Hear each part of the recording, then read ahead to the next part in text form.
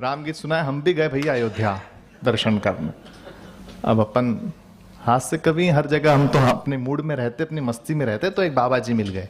हमने बाबा जी से कहा प्रणाम बाबा आप कैसे हैं?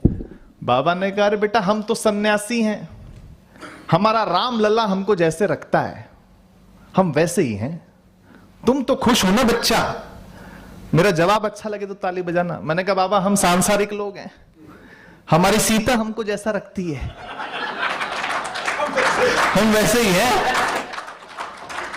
हाँ तो मैं ज्यादा देर गंभीर नहीं हो सकता। हाँ क्या इतना ज्ञान और इतना अपने से होता ही नहीं, अपने को बर्दाश्त ही नहीं इतना ज्ञान।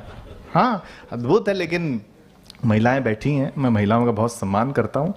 हाँ मतलब हाँ करना ही पड़ेगा और कोई चारा है ही नहीं। शादियों का सीजन आ रहा है, अब बहुत सारी शादियां होंगी, शादियों का सीजन आ रहा है। महिलाओं की केवल 2 ही समस्या है, मैं पहली बोलूंगा दूसरी नहीं बोलूंगा, दूसरी जो समझ जाएंगे वो तालियां बजा देना। महिलाओं की केवल 2 ही समस्या है, जब वो बहू बनती है तो उन्हें सास अच्छी नहीं मिलती।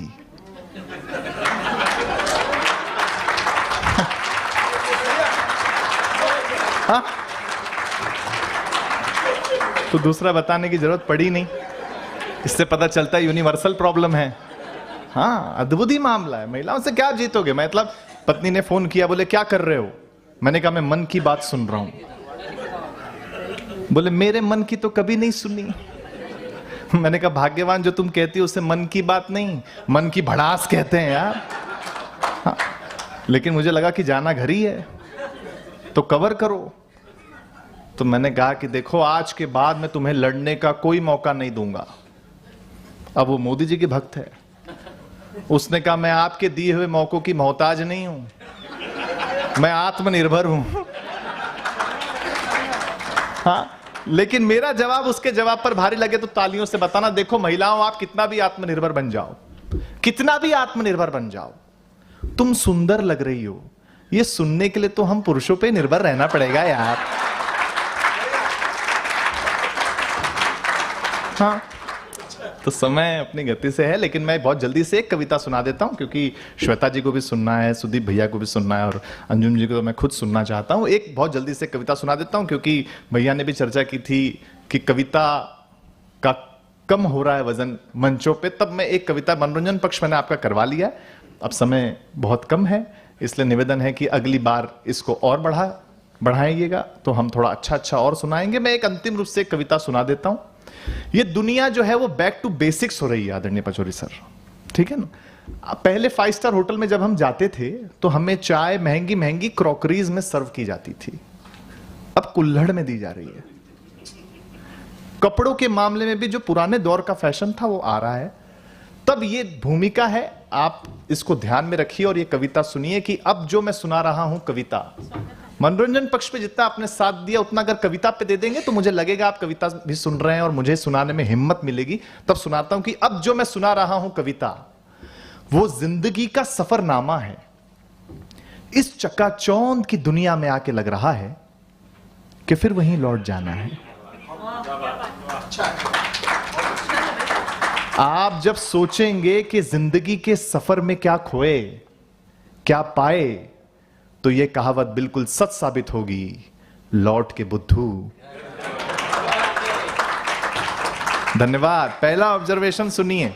अब देखिए ना, मिट्टी के बर्तनों से शुरू कर कांसा, पीतल, स्टील के बर्तनों से होकर प्लास्टिक के बर्तनों तक जाना और फिर कैंसर के डर से फिर से मिट्टी के बर्तनों पर लौट आना।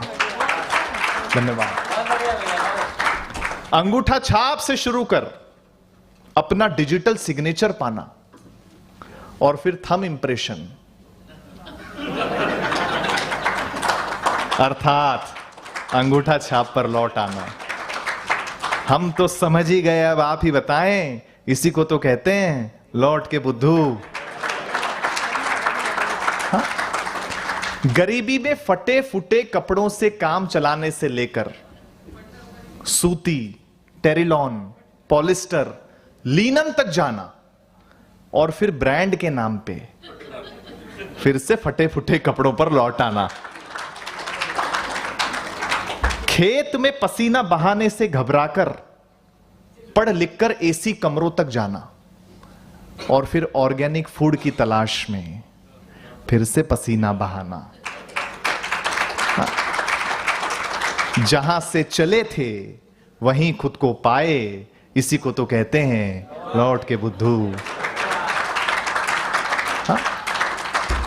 अपने बच्चों को मिट्टी से होने वाले इंफेक्शन से डराना और फिर वेकेशन में नेचुरोपैथी सेंटर जाना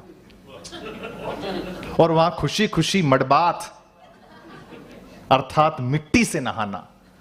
गांव, जंगल, नदी, पहाड़ से निकलकर अपने आप को डिस्को, पब, मैकडी, स्टारबक्स में पाना और फिर मन की शांति के लिए फिर से प्रकृति की तरफ लौट जाना।